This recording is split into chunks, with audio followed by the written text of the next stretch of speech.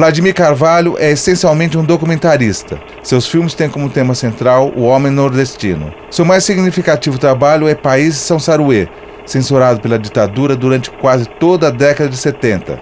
Traçou perfis de importantes personagens, como o escritor José Lins do Rego e Teotônio Vilela, e colocou na tela os bastidores da construção de Brasília. Vladimir Carvalho é o entrevistado de hoje do nosso Sala de Cinema. Vladimir Carvalho, obrigado por sua presença aqui no nosso Sala de Cinema, é um prazer. E também aos nossos convidados, a documentarista Tânia Campos, o Sérgio Puccini, professor de cinema, o Alberto Naziazene, historiador, e ao Caio Plesma, cineasta. Vladimir, a gente pode dizer que vivemos um boom de documentários no Brasil? Veja, pelo o número de documentários, pela exibição, pela exposição desses documentários, festivais, a presença maciça, eu acho que a gente vive um bom momento, não digo um boom, mas um bom momento. E por que seria isso? Por que tanta realidade? Eu acho que há um certo cansaço, uma coisa assim, como se as pessoas estivessem já exausta de tanta fantasia, de tanto interplanetarismo, tanta coisa, e a gente se volta um pouco para... Alguém quer conhecer melhor a realidade, quer pôr o pé no chão, como se diz. Eu sinto muito, no país eu sinto muito isso, e o público universitário, então, ele hoje como que descobriu essa coisa do documentário, o que é muito bom, né, porque na verdade é uma curiosidade pelo país também, pela sociedade, pela realidade social. Isso eu acho bastante positivo, não é? Documentário não é assistente social, documentário não é para fazer outra coisa, então. Documentário não é militante, pode ser, mas se você quiser você vai fazer propaganda, tem um grande campo para fazer propaganda, é necessário fazer. Mas o documentário deve dar uma visão de mundo, entende? Então você olhar uma coisa de uma forma diferente. Então a melhor coisa que o documentário fazer é mudar o próprio documentário, não o mundo. Então eu vou perguntar, qual seria a função do documentário, na sua visão, como realizador de documentários? Veja, o Coutinho foi na música, visão de mundo. Visão de mundo é uma coisa muito, muito, muito presente no documentário, né? Porque, veja, um filme não é bom porque ele tem uma visão política. Um filme, no meu entender, um filme não é bom porque se debruça sobre a realidade social, porque comove, porque denuncia, porque mobiliza para uma ação. Ele é bom se ele realmente for sensível, se por trás da câmera, vamos dizer assim, de uma forma liminar, tiver um artista aí, sei lá, o Coutinho é um artista. Sei lá, qualquer realidade, qualquer tema na visão do Coutinho tende a se transformar numa obra de arte. Então é isso. Então essa coisa da visão de mundo conta muitíssimo, porque você não está só, você está em sociedade, você está em correlação com o universo em torno, com as pessoas, com a natureza, com a sociedade, com a paisagem, digamos, humana, geográfica, enfim, é uma relação constante e o resultado disso obrigatoriamente passa por uma visão de mundo, não é? Elizabeth Teixeira tinha 37 anos. João Pedro morreu com 44.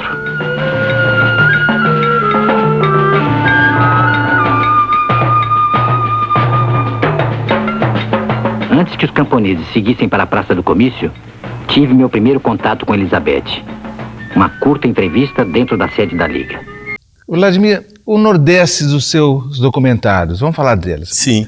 É um Nordeste que destoa, e você sendo nordestino, digo isso a você, é um Nordeste que destoa muito do cinema brasileiro. É um Nordeste mais poético, é um Nordeste mais cultural. Essa é a intenção sua mesmo? Isso é uma Embora coisa... tenha pobreza. Tem a pobreza. É uma coisa, me desculpa de novo a pretensão, mas é um pouco da legitimidade. Eu sou fruto disso daí, entendeu? O máximo de estrangeiro que eu me permiti foi vir para Brasília, quer dizer, isso significa... Eu não cheguei... Eu vivi a década de 60... Um exílio. Eu vivi a década de 60 no Rio de Janeiro, mas eu senti necessidade, talvez, de fazer esse recuo. Eu procurei uma retaguarda e fiquei em Brasília até essa data. Brasília virou um microcosmo, um macrocosmo. Eu elegi para mim, particularmente, Brasília como um cenário. Mas o Nordeste, sabe, é uma âncora aqui. ser nordestino nesse país é quase arcar com um compromisso, mesmo que você não queira. É involuntário, você nasceu, você tem a vivência. É um país muito forte esse tal do Nordeste.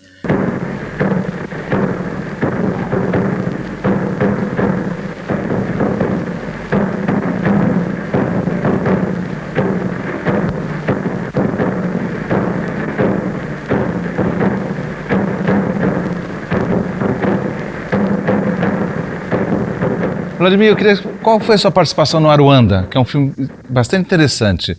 Bom, o Aruanda eu fui, a convite do Lindo Arte Noronha, eu fiz junto com ele, João Ramiro Melo, que já faleceu, o roteiro do filme, estudamos aquilo, com a base numa reportagem muito premiada do próprio Lindo Arte, uma reportagem conhecida na época, e a gente visitamos a Serra do Talhado, onde se localiza a história de Aruanda, e fui assistente de uma parte da filmagem também. Agora, qual que você acha que é a importância desse filme dentro da questão do cinema novo? Ele funda praticamente, ou refunda, ou refunde o gênero.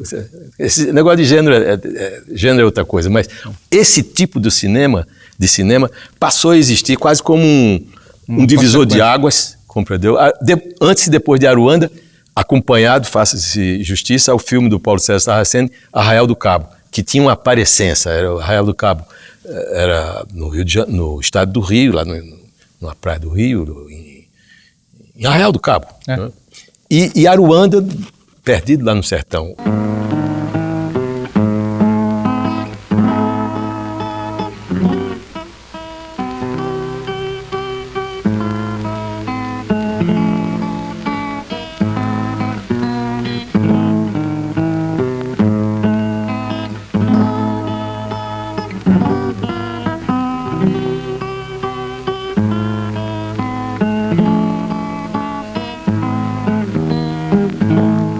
Quais elementos você acha que tinha no Aruanda que auxiliam a detonar o cinema novo, ou influenciam?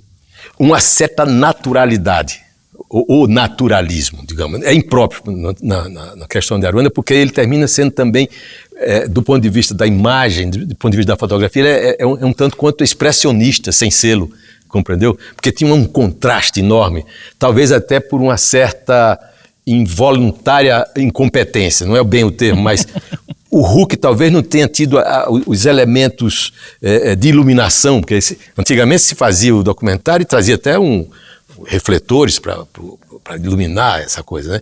E o Huck fez isso com um simples rebatedor e tal, e com aquela luz rascante, aquela coisa que fuzila assim, os objetos, né? Quase que pulverizando os detalhes, né? Aruanda trouxe isso. Eu uma vez escrevi um texto sobre como se fosse uma gravura. Tão contrastado, é o preto e branco, quase não tem cinza, entendeu? Isso trouxe. E a força desse naturalismo que eu falei, né? Alguma coisa como se o homem brasileiro e o homem nordestino jamais tivesse sido visto por aquela... Eu acho que essa iluminação é fundadora. É fundadora. Né? Não é à toa, Miguel, que em seguida, e é uma em seguida de 3 anos, 3 anos depois, o Vidas Secas, do Nelson Pereira dos Santos, e o Deus e o Diabo na Terra do Sol, 2 classicíssimos do cinema brasileiro, trazem essa luz, trazem essa escrita, quase como um carimbo de Aruanda. Naquele dia, em meados do século passado, Zé Bento resolveu partir com a família à procura da terra onde pudesse viver. Fugia da servidão, da antiga escravatura.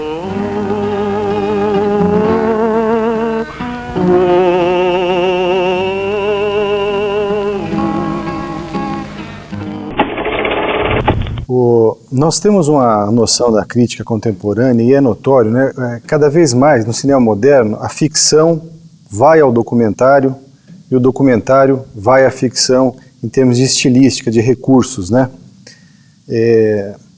Por outro lado, por exemplo, assim, se for ver assim, a forma documental na TV, por exemplo, o telejornalismo, você vê que, por exemplo, a forma documental não é algo que revela a realidade em si, pelo exercício da forma não se alcança a realidade, né? Eu estou falando isso porque, no fundo, eu queria te perguntar como é que o que é o documentário? Né? Mas eu preparando a pergunta, me ocorreu o seguinte: nós estaríamos numa época onde não vai haver mais ficção e documentário, vai haver bons filmes e maus filmes e filmes ruins? Você, Caio, de certa maneira respondeu, você colocou a questão, mas eu acho que é por aí. O documentário transcende o factual, a chamada, que a gente chama de realidade, que é uma senhora, às vezes, cheia de pudores. Você nem sempre... Eu nunca fui apresentado a ela, digamos, né? Mas você trata com a realidade, como o cinema de ficção também trata da realidade, não é verdade? E pelo andar da carruagem, são tantas as confluências entre ficção e realidade, já se, vamos dizer assim, já se pulverizou de alguma forma essa linha que a gente elegeu como aqui está o documentário, aqui está a ficção, né? De certa maneira, os bons filmes e os filmes que não vale a pena a gente perder o tempo com ele, né? Talvez haja depois disso haja uma síntese, talvez, em que a gente, indistintamente, a gente vai gostar dos filmes e não vamos trabalhar mais no que se transformou quase num preconceito. No início, o Miguel estava falando dessa coisa de o documentário antigamente era aquela coisa chata, que ninguém suportava e tal, marcadamente didático, e ficava um discurso interminável. Hoje, ele tem uma agilidade e uma colocação que se igualou em termos de estesia, digamos assim, de fruição estética, tal como um filme de ficção. E o filme de ficção, os bons filmes de ficção são equivalentes a documentários, porque eles se reportam de tal forma eficiente à realidade que ele também dá um recado como se fossem eles porta-vozes da realidade. Esse filme é fascinante. Eu acho o filme do século nosso, esse passado agora, né?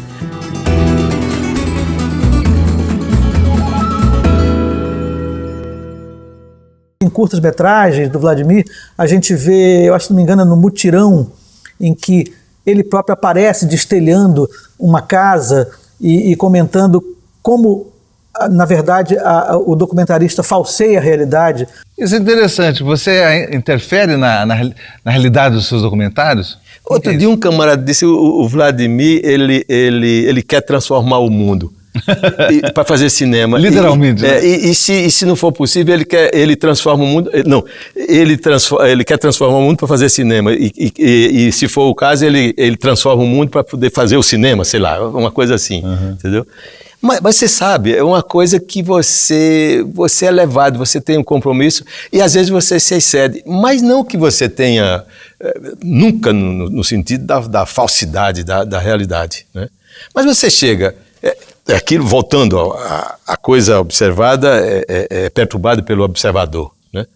Você chega no lugar com a câmera, com a equipe e acende uma fogueira, um holofote, uma iluminação artificial e começa e as pessoas ficam tocadas por aquilo, né? De repente se esconde um pouco, você nunca chega a ter o recado delas fica assim um pouco cheio de pudor muitas vezes e você não tem a realidade.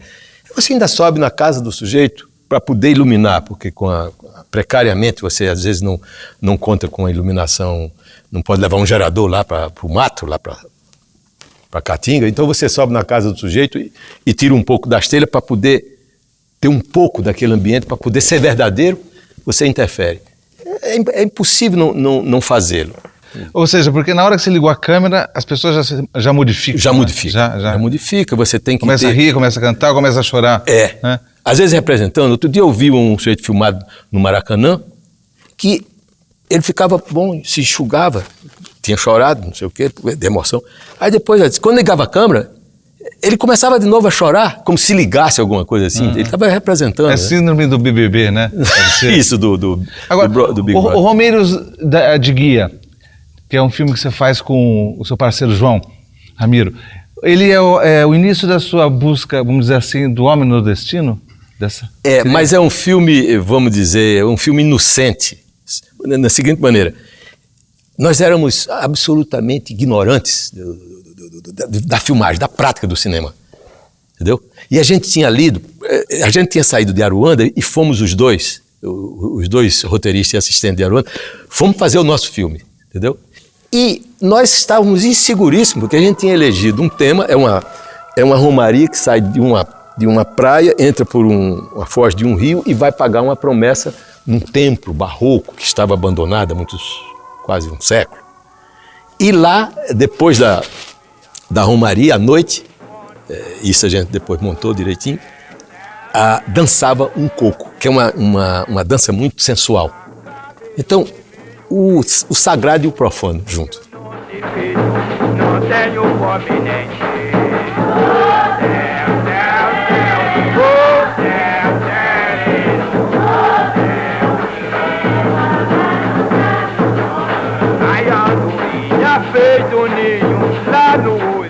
Então eu acompanhei pelo menos no curso de uns 3 anos essa romaria, porque um amigo meu conhecia e eu fui, sem filmar, sem nada, fui assistir isso.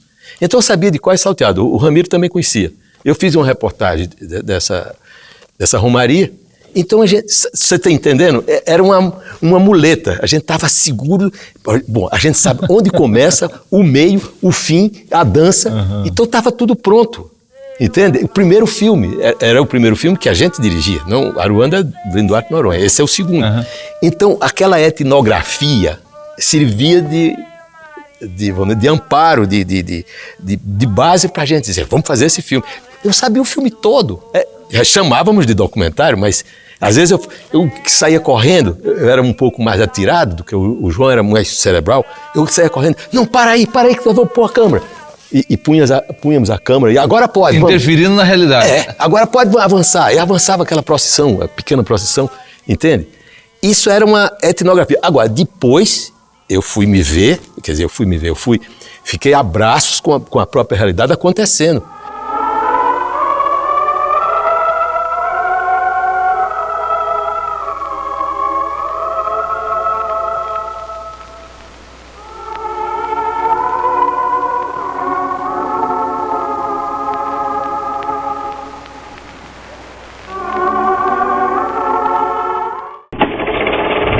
Então, eu queria saber da sua identificação com Vertov e se você acha que você sofreu a influência de algum outro cineasta. Se alguém te... Veja, Tânia, Vertov é uma homenagem, é uma admiração. Eu não tenho...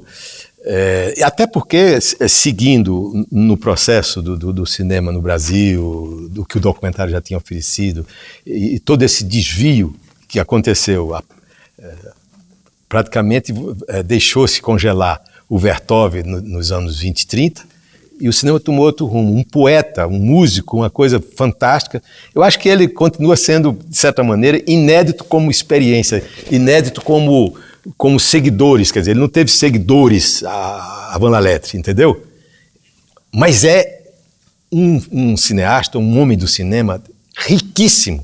Eu acho que o cinema deu uma parada para vê-lo passar, entendeu? Ver o Vertov passar, e depois seguiu adiante. Eu acho que, de certa forma, ele é tão original, tão ele mesmo, entende? Que depois, ao fim e ao cabo, ele também teve problemas com o regime soviético, né? Teve problemas seríssimos, até de atingi-lo na sua integridade física, adoeceu e tudo mais. E isso... concorreu para que ele fosse, de certa forma, arquivado. Mas é uma coisa incrível. Eu tenho uma pequena instituição chamada Cine Memória, lá em Brasília, que eu tenho uma sala e eu faço essa homenagem a Vertov, chama-se Visionário Dizga Vertov.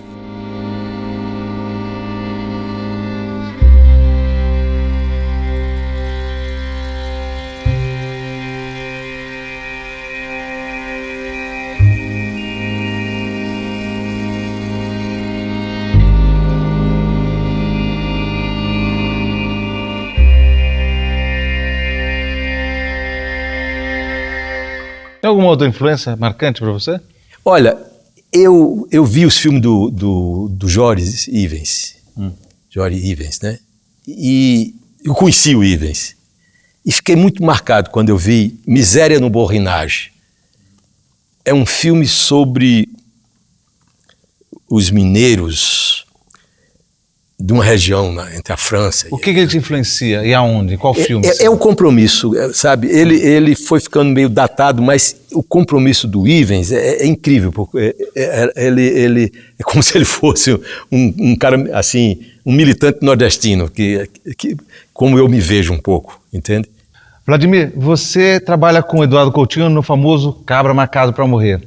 E a filmagem desse filme é histórica, porque vocês pegam pela cabeça o golpe de 64. Vamos falar dessa produção, inclusive desse filme, porque ele muda no processo. Uhum. Bom, você falou, muda no processo, e é justo aí, porque como foi interrompido em 64, né? Março, exatamente na noite do golpe, rodamos a última coisa, uma noturna, e em seguida já era dia 1º, e aí a gente foi se defender, digamos assim, né? De maneira que o Cabra foi interrompido e me parece-me que 15 anos ou mais depois ele é retomado, né? Mas já é um outro filme. Porque na primeira etapa eu me lembro que o Cabra era o que se falava muito no chamado semi-documentário. Ele tinha um tanto de ficção no sentido que tinha pessoas representando um pouco para a câmera. A gente fazia uma espécie de laboratório com os camponeses que viviam papéis, que era lhe dado um tema, digamos assim, né?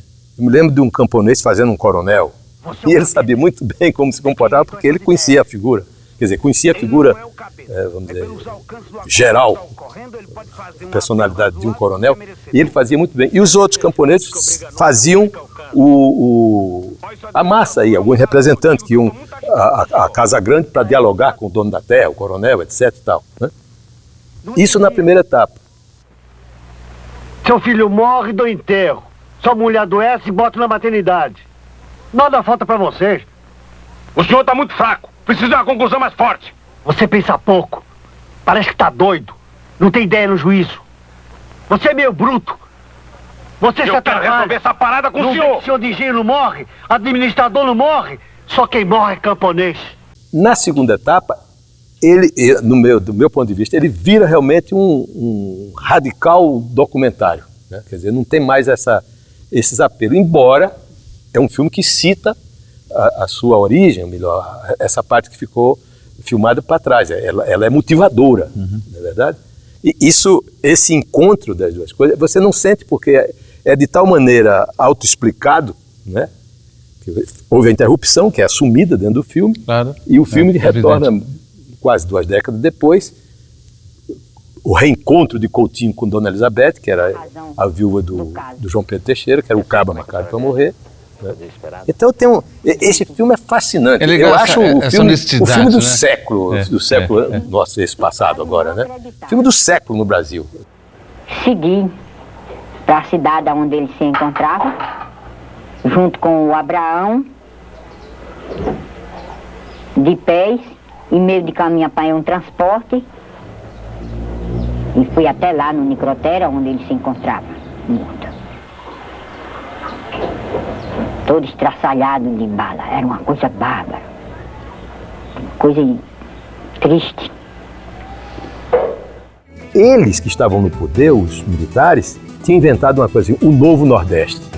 Agora, o Nordeste que existe é outro, não tem. E já era decorrido 2 anos. Aí eu fui e mostrei que não.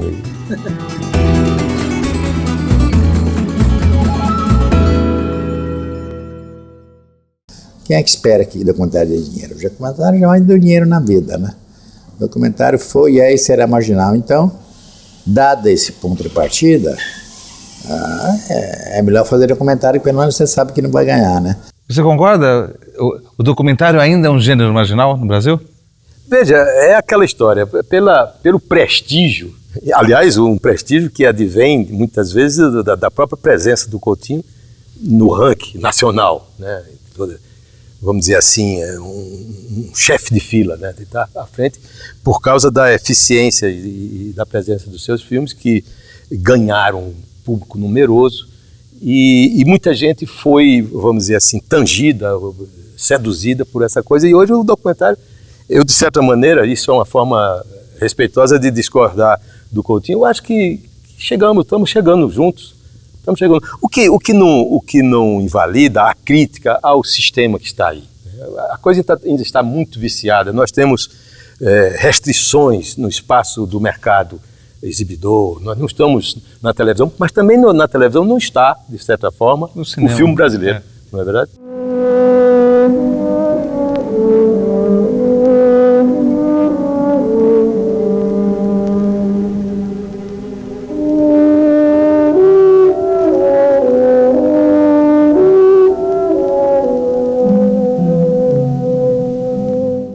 A Bolandeira, seu filme, vamos falar dele. O que seria esse Bolandeira? A Bolandeira foi uma coisa muito eventual e muito ocasional que me aconteceu. Eu estava numa cidade, em Sousa, que era o nosso ponto, digamos assim, de referência. Hospedei uma boa temporada para fazer o São Saruê aí. Uma boa temporada eram 5 dias, depois saía, voltava, às vezes não dormia em Sousa, voltava de onde sabe, porque tinha um hotel pago aí. Bom, e eu saí um dia, muito cedo, porque eu precisava ir a um outro município no Rio Grande do Norte, porque eu filmei um pouco em Pernambuco, um pouco no Rio Grande do Norte, na Paraíba, eu saía e fazia assim um circuito. E eu saí para filmar no Rio Grande do Norte, que não é muito distante do ponto que eu estava em Sousa, e eu tinha falado, e o nosso motorista ouviu quando eu disse que eu gostaria de ver um engenho, que a gente chama de engenho de pau, um engenho feito de madeira. Eu não conhecia.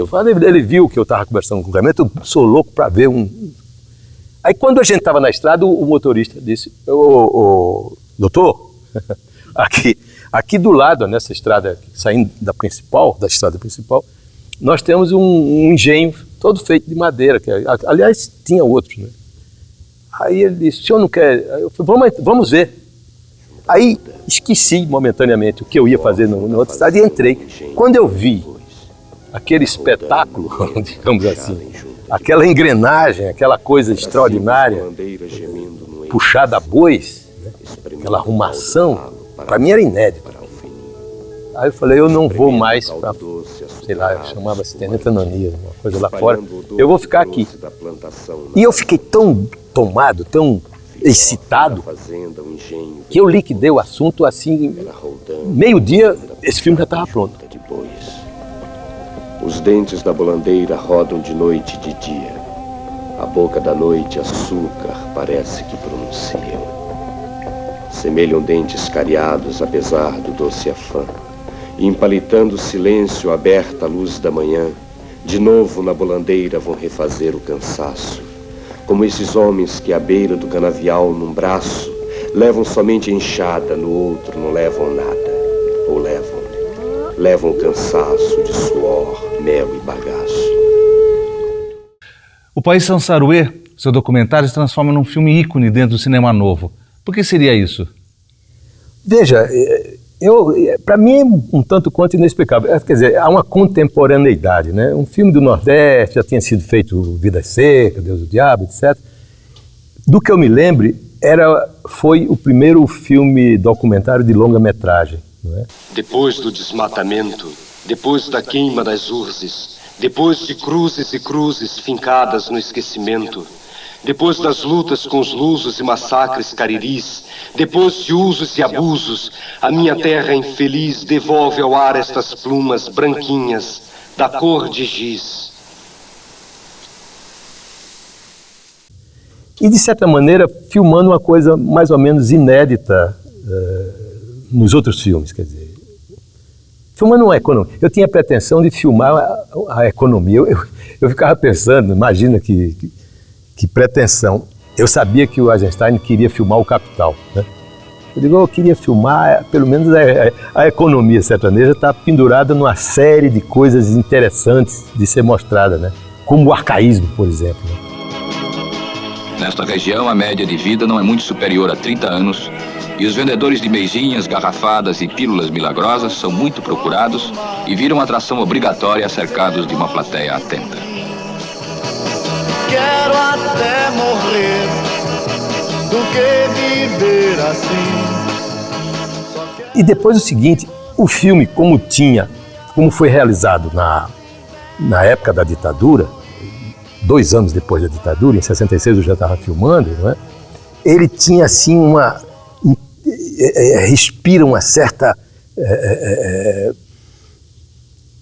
vamos dizer assim, é bem desafiador, ele é transgressor, sabe? Mostra uma miséria que naquela época Como se mostrava, isso é verdade. o sistema, uma miséria que dói. que dói. E depois o seguinte, eles que estavam no poder, os militares, tinham inventado uma coisa assim, o novo Nordeste. Agora o Nordeste que existe é outro, não tem. E já era decorrido 2 anos. Aí eu fui e mostrei que não. O velho e bom Nordeste de sempre, né? Isso resultou em 9 anos preso na censura, interditado, porque naquela época a censura às vezes prescrevia cenas tomadas, não pode mostrar isso porque tem sexo, não pode mostrar aquilo porque tem violência. Eles interditaram por inteiro a declaração, os vários documentos que eu tenho de justificativa, assim, interditado por inteiro. Ouro, prata, diamantes e o algodão em penacho, nascendo da terra seca e dos ossos desse riacho.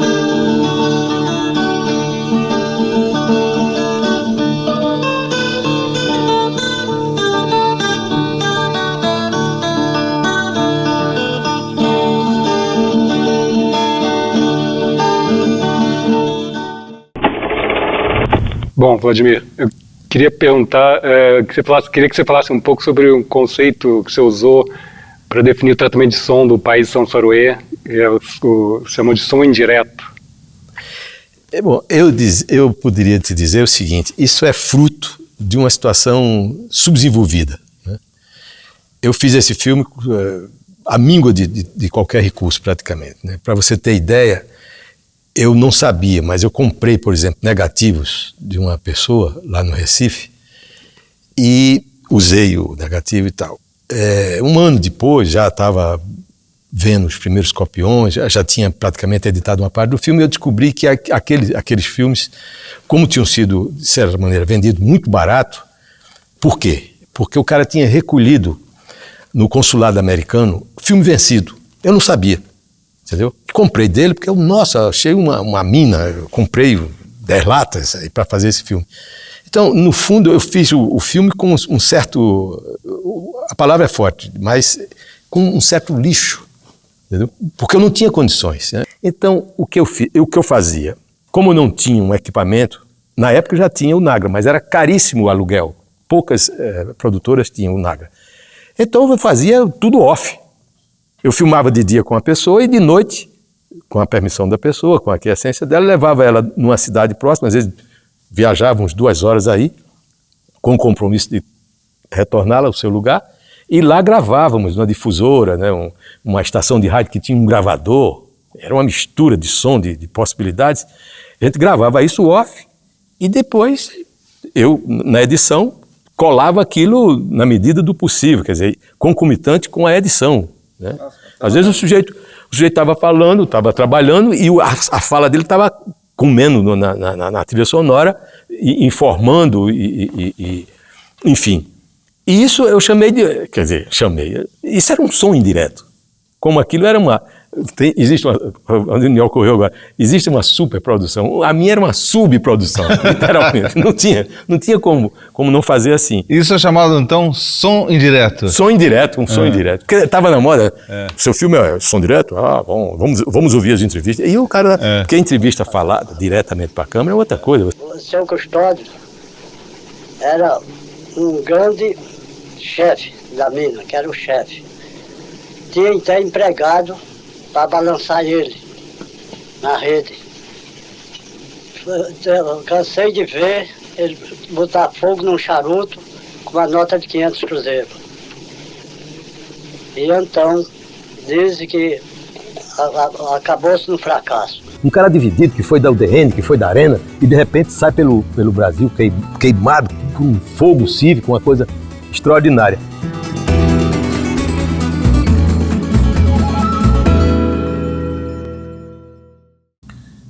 Eu acho que a atividade do Vladimir na Universidade de Brasília foi uma coisa complementar, importantíssima para ele e, evidentemente, para a geração de criadores audiovisuais de Brasília, muito importante para ele e para os outros.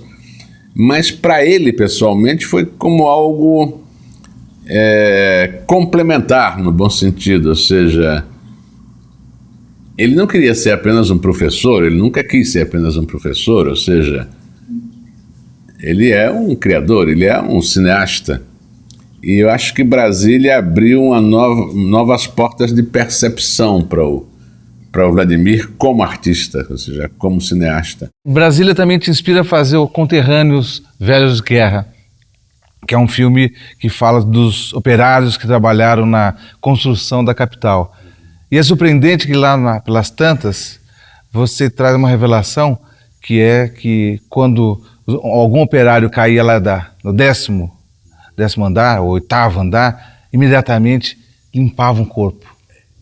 Era impunidade, era a velocidade com que aquela coisa tinha que ser feita. E vários conterrâneos ficaram ali, né? Foram chacinados em Brasília, alguns. Né? A coisa que é um acontecimento polêmico, mas também teve esse episódio. Então, tinha prazos e tinha que cumprir esses prazos e apressavam isso. Ninguém podia parar para ver que havia um companheiro morto ali junto, porque sumiu com aquele cadáver, como sumiram com cadáveres da suposta assassina, entendeu? Você já sabia disso ou foi um processo de filmagem que você descobriu isso? Não sabia. Claro, é um filme, posso considerar urbano, né? É um outro estágio do meu trabalho. Eu fui viver em Brasília e seguindo o homem nordestino, ele é urbano. Eu queria saber onde ele estava, esse nordestino que você está falando. Na realidade, desde que começaram as obras em Brasília, que houve uma atração muito grande dos nordestinos para o trabalho em Brasília. De modo que nós verificávamos e assistíamos à chegada de numerosas levas de nordestinos que para aqui vieram talvez em busca de um Eldorado, de uma vida melhor. O Vladimir, Brasília também te dá outro filme, que é o Barra 68. Isso está relacionado com a sua época de professor? Sim, porque na Universidade de Brasília, mas também a sua visão sobre a ditadura, a violência da ditadura, certo? De Brasília, né? É uma outra visão. É outro filme urbano, já não tem mais... diferente do seu dentro da sua filmografia. Exatamente, é um filme de cidade, é Brasília. Brasília terminou sendo uma espécie de laboratório, para mim, pelo menos, né? Para o meu trabalho, eu estou sempre prestando atenção. E tinha um episódio curioso, se não fosse triste e até, de certa maneira, trágico, que foi a invasão, 2 invasões terríveis, né? Em 64 e 68, na Universidade de Brasília, por tropas militares, por exército, polícia, etc., que entrou, em 68 pelo menos, entrou atirando nos estudantes. Teve uma vítima que podia ter sido fatal. O sujeito levou um tiro na cabeça, ficou em coma 15 dias. Depois ele... esticou. Milagrosamente, o médico que o assistia falou assim: vou jogar os meus livros fora, vou me aposentar da medicina. Como é que o camarada ressuscitou, entendeu? Então foi uma coisa muito violenta. Pegou aqui, ó, a bala penetrou aqui. E atrás aqui quebraram aqui, ó, tiraram 38 da minha cabeça aqui. Uma bala 38? 38. E você foi sacrificado totalmente? Quer dizer, você foi Fiquei aposentado? 10 dias no hospital distrital. Quando acordei, o médico disse: ó, seu filho falou pro meu pai, ele vai acordar, mas não vai conhecer ninguém. Eu cheguei e disse: papai, o que estou fazendo aqui? O médico ficou apavorado. Ficou admirado. Esse médico é o doutor João da Cruz. Ele não esperava isso. Uma vez ele falou para mim que, Valdemar, joguei fora meus livros de medicina. Vladimir, você é uma pessoa tranquila, ponderada, mas no filme, nesse Barra 68, quando você vai entrevistar o ex-reitor da UNB, o almirante, capitão, na verdade, Azevedo, você se exalta. O que foi aquilo ali? Quando eu vi o filme, me chamou essa atenção. Essa coisa do bom moço, né? O homem cordial, às vezes, ele esconde uma certa agressividade reprimida, especialmente diante de pessoas como era esse meu entrevistado. Então, eu não podia resistir de também dizer-lhe algumas verdades. Isso talvez seja um desvio do meu filme. Eu sou uma pessoa que veste a camisa, entende? Diz que o senhor foi formado nos Estados Unidos, onde tradicionalmente, quadros da direita eram formados. Isso, não existe isso. Isso não existe. Não, alunos. Então, eles dizem, não sei, não vou dizer que foi o Selassie, que o senhor não era nenhum anjo. Nem eles. E que o senhor realmente construiu a parte física, mas que roubou a alma da universidade. Bom, eu não sei como é que rouba a alma. O documentarista tem que ter sorte, né? É o caso, por exemplo, quando você faz O Homem de Areia, do Zé Américo de Almeida, autor da Bagaceira, romance inaugural do ciclo do romance nordestino na literatura brasileira, que você pega lá, de repente, o Jorge Amado visitando, o Jorge, a Zélia visitando. Vamos falar desse filme, que é interessante, é um universo seu de biografias literárias, ou de personalidades também. Bom, se você se refere ao episódio do Jorge Amado, eu estava filmando já aí a coisa de uma semana do terraço, na casa, com o José Américo de Almeida, que honrosamente nos proporcionou ouvi-lo já no crepúsculo total. 91 anos. Acho que ele estava para fazer 91, acho que ele faleceu com 91 anos, se não me falha a memória. Então eu estava lá, e um dia a secretária dele disse, olha, amanhã você vem que hora? Eu falei, não venha, porque vem aí para fazer uma visita ao Zé Américo, o Jorge Amado e a Zélia, etc. O diabo, nossa, você manda aqui. Eu cheguei antes, eu já estava intocado na casa de Zé Américo. Quando o Jorge chegou, eu já fui incestando tudo. A parafernália já estava pronta, não deu trabalho. Ele entra, cumprimenta. Até ele se demorou a vir, o Zé Américo. Ele veio lá dentro da casa, desceu as escadas e veio receber o Jorge. E foi ótimo, estava lá acompanhando a Zélia e o Jorge. Estava também o Calazans Neto, o estilogravador, levaram um álbum de estilogravura para o velho e tal. Zé Américo foi importante na vida de todos os brasileiros, mesmo aquele brasileiro do mais remoto interior do Amazonas, talvez nunca tenha ouvido o nome dele. Se há alguém que nunca ouviu o nome dele no Brasil, ele tocou na vida desse homem. Ele tocou na vida de todos nós brasileiros. Ele modificou, de certa maneira, a vida de todos nós, porque ele modificou a paisagem intelectual e também a paisagem social e política do Brasil. E o Engenho de Zé Lins? Daí já é um tributo seu ao escritor? Isso, na verdade, é uma volta às origens. É o último filme, eu já estou num outro projeto, mas o Zé Lins me levou de volta à sua infância. A minha infância, só que nesse filme se fundem. Se mistura, né? A sua vida, um pouco também. E também a cidade e o campo, porque o Zé Lins viveu, posso dizer, a maior parte do tempo no Rio de Janeiro. O apogeu da sua carreira literária foi o Rio de Janeiro. Exato. Mas ele tinha um pé até no Massapê, no barro da Várzea do Paraíba, né? E com que eu me confundi sempre, me identifiquei sempre, porque as nossas cidades distam de uma para outra menos de 20 minutos. Eu nasci em Itabaiana, que é muito maior do que o Pilar, e o Pilar, onde nasceu o Zé Lins, é encostado, é pertíssimo, entendeu? E aí o Zé Lins era um, vamos dizer, um comensal na minha casa, né? Depois do jantar, meu pai, vamos ver aqui o Menino de Engenho, abriu o livro e começava a contar aquelas histórias. Então aquilo ficou na minha cabeça a vida inteira. Outro dia alguém me perguntou, quando que você escreveu esse roteiro? Eu falei, não, que roteiro?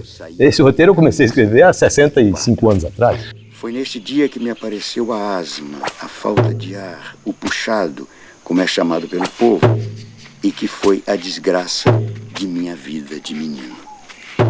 José Lins do Rego Cavalcante. Onde nasceu? Pilar, Paraíba do Norte, no Nordeste do Brasil. 3 de junho de 1901. Em menino, eu senti muito próximo a presença da morte. Em relação a si ou em relação a pessoas queridas? Em relação a um primo, que era como se fosse... Um irmão? Não um irmão, um pai.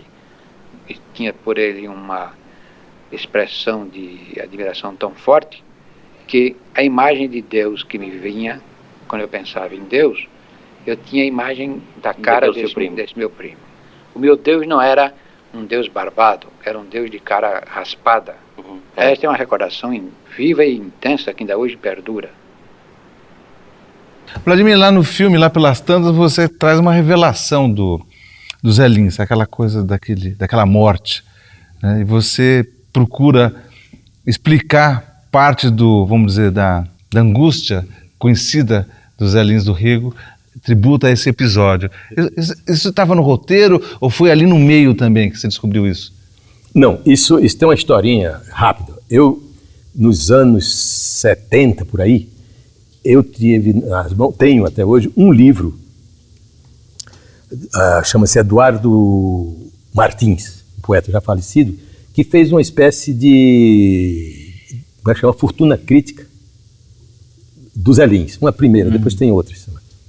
E lá existe uma reportagem de um ex-padre que, conhecendo a tia Maria muito, porque ele era o vigário da região e ia muito fazer missa, celebrar missa no engenho, onde parte da infância dos Zé Lins passou aí no Itapuá. E a tia Maria, que era protetora dos Zé Lins, já veneranda, assim, uma senhora, contou para ele essa história do Zé Lins, que ele veio e abraçou-se com ela, me defenda, me proteja, entendeu? Ele indefeso, menino, quando ele tinha atirado num outro rapazinho, um rapaz que tomava conta do barracão do engenho. Eu guardava isso a 7 chaves.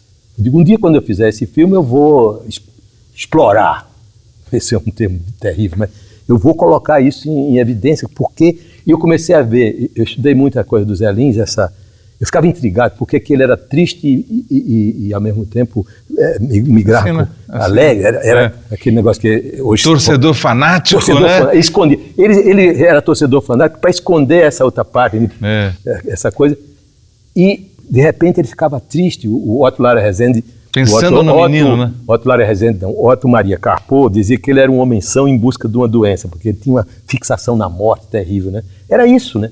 Então ele viveu a vida inteira, nunca foi revelado por parte dele, e a família guardou isso como um segredo a 7 chaves. Eu acho que esse fato deve ter traumatizado profundamente ele. Influído até na sua obra, né? Não só na sua obra, mas no seu temperamento, porque ele era um homem dado a momentos de tristeza, intercalados por momentos de alegria, de euforia, de brincadeira. E com esse fato foi muito doloroso ele tirar a vida de um menino junto com ele. Você filma também o Teotônio Vilela. Uhum. Como que um paraibano vai filmar a história de um alagoano naquela situação, já ao final da vida do Teotônio, né? E ele sai de apoio à ditadura e se transforma quase num ícone da oposição. É isso que te fascina e leva a filmá-lo? Essa contradição, ela é aliciante, né? Ela toma você. Um homem do sistema, um cara dividido, que foi da UDN, que foi da Arena, e de repente sai pelo Brasil queimado por um fogo cívico, uma coisa extraordinária.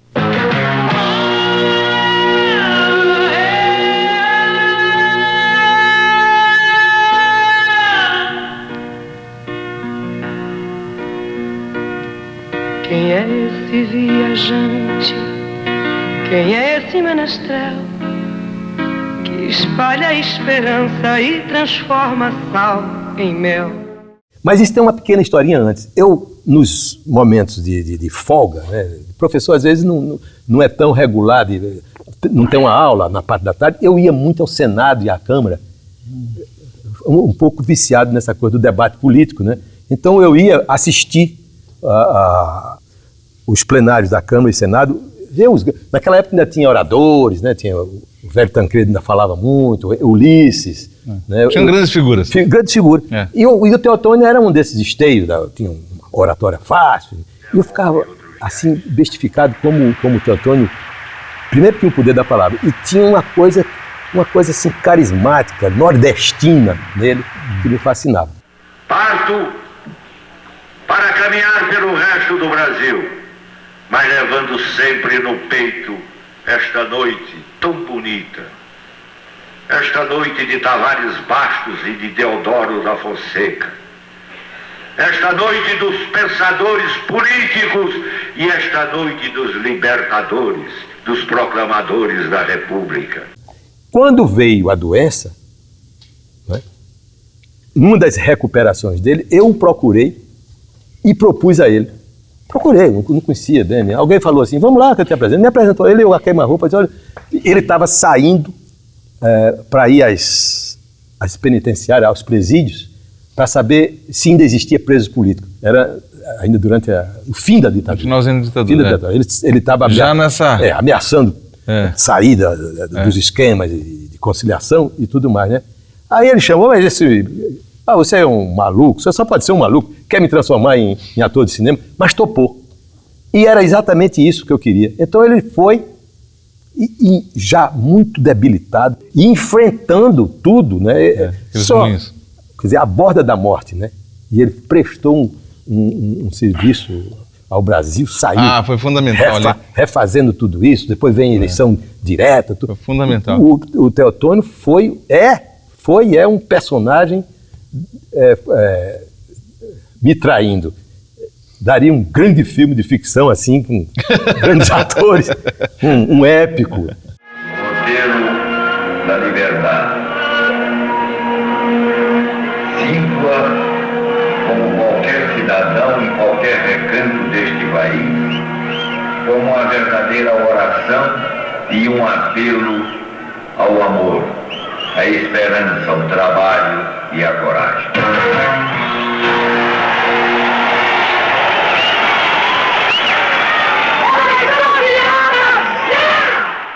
Vladimir Carvalho, obrigado pela sua presença, sua entrevista aqui no nosso Sala de Cinema, foi um grande prazer. E também aos nossos convidados, o Alberto Naziazene, ao Sérgio Puccini, a Tânia Campos e ao Caio Plisma. Até o nosso próximo Sala de Cinema, com outras histórias e personagens do cinema brasileiro. Até lá.